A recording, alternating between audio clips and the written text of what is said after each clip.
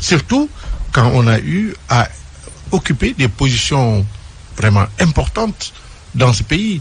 Donc, et je connais un peu quand même Aminata Touré. Je sais que ce ne sont pas des questions de poste qui l'intéressent à ce point.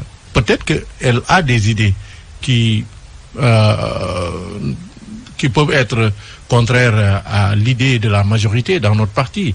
Mais ça, pour le moment, c'est pas encore arrivé à un niveau d'antagonisme qui mérite que je vienne ici dans ce studio. Vous semblez dire quelque chose de très grave, Aliou Sall. Si elle est contre le troisième mandat et que c'est contraire à l'idée générale dans votre parti, c'est que dans votre parti, on est pour le troisième mandat. Je ne parlerai pas de troisième mandat. On vous prête des propos lors d'une inauguration d'une école dans le Guédiawaye. C'était du n'importe quoi. Vous pouvez me on a dit que vous avez dit priez pour nous pour le troisième mandat. Vous pouvez me varer.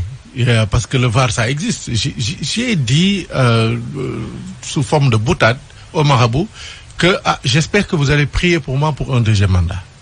J'espère d'ailleurs que vous allez prier pour moi pour un troisième mandat. Pourquoi pas plus? Et les gens ont dit non, pas 2 mandats, pas 3 mandats, vous resterez un maire éternel.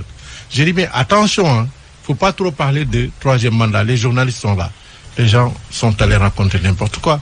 Mais moi, je suis un militant politique responsable. C'est pas hier que j'ai commencé la politique. Je vais pas prendre le risque de semer le doute dans l'esprit des gens en évoquant des questions que nous avons décidé au niveau de notre parti de ne pas évoquer.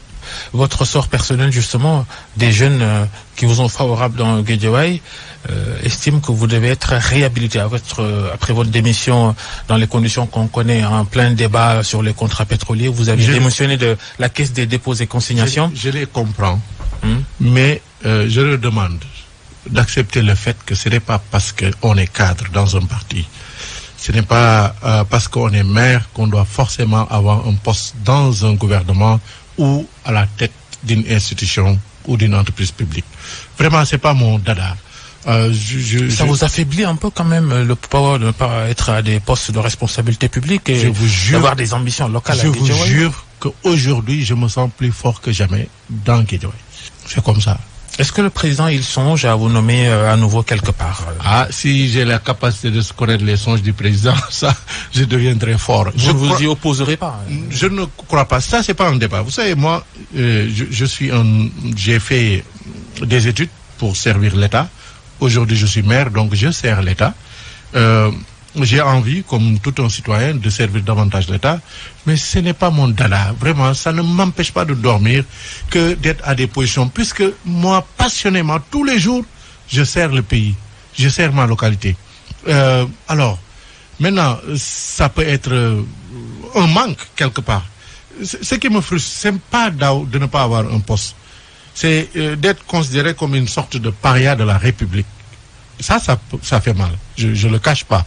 Qu'on dise, oui, Aliou Sall est le frère du président, donc il ne doit pas être ça. Parce que ça, c'est une idéologie qu'on a développée. Le délit de parenté. Voilà, le délit de parenté, ça me frustre. Je ne suis pas d'accord avec ça. Et je ne serai jamais d'accord avec ça. Mais quant à être dans un poste ou pas, vraiment, ça ne m'empêche pas de dormir. Est-ce qu'en famille, puisque on imagine que vous trouvez... Je ne parle jamais de ma famille. Oui, en famille, je veux dire, avec votre frère aîné et autres. Pas de ma famille. Quand vous parlez Sénégal, quand vous parlez avenir, vous évoquez troisième mandat. Quelle est la position de la famille? Je ne parle pas de ma famille ici. On a évoqué votre départ de la Caisse des dépôts et